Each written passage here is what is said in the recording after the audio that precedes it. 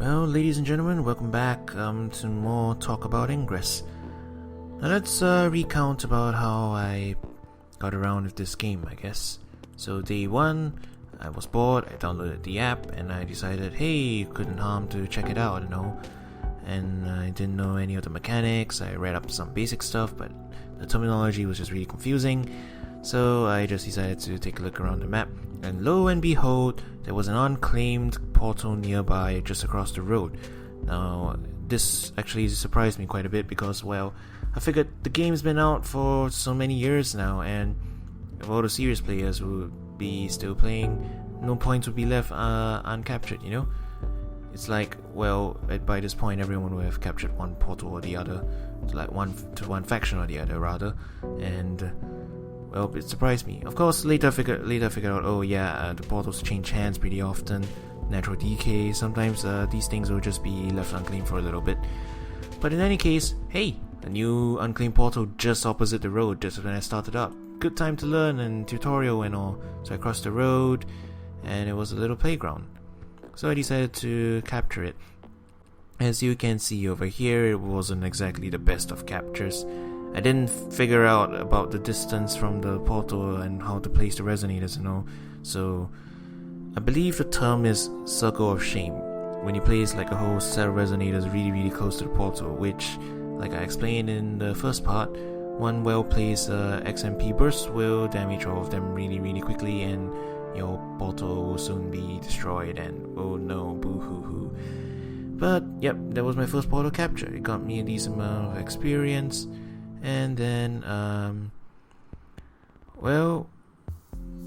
there was also an enemy portal nearby, that green one over there. Oh yeah, I joined the resistance, by the way. I chose that before I could see the map. I didn't actually pick it just because my area is like resistance dominant. But yeah, there was a nearby enemy portal with a single L6 resonator. I left it alone because I was level 1 and tiny fish in a big pond, and I didn't know what to do with it, so I left it alone, decided to cross the road and go back. And then I wanted to link this portal, but I still haven't figured out how to link stuff, but that was the end of it. I managed to cap the portal. So this portal down here is a mural, and it's the closest one to my home, but it's out of range, so I can't cap it. I can't actually cap it from my house, which is a little bit sad and all, Anyways, after that, I reached level 2 pretty quickly, because the first level goes by pretty fast, and there's an abundance of points nearby, as you can see.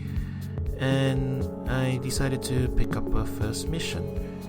Now, Singapore, nice little place. This was my first mission. I happened to be at the train station. I think it was for dinner or something.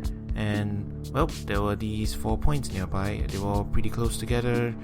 You're at the train station and the shopping mall nearby and the library and so on and so forth.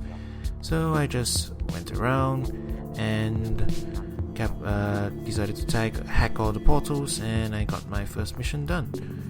And yeah, this is how the train station looks like. It's pretty heavily contested, but there's a lot of hardcore players over there. You can see like a full team of level 8 resonators and a lot of links out there, kept like this huge amount of territory under control.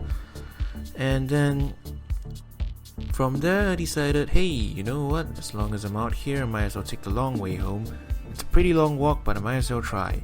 So I set out on another mission from the train station, but I didn't realize it was a capture upgrade mission, and along the way there was one portal that I couldn't do anything about because I didn't have resonators that could like upgrade on top of the already high level resonators, and all the mod slots were full, and it was on my side, so that mission was undoable. So here's the lesson of the day.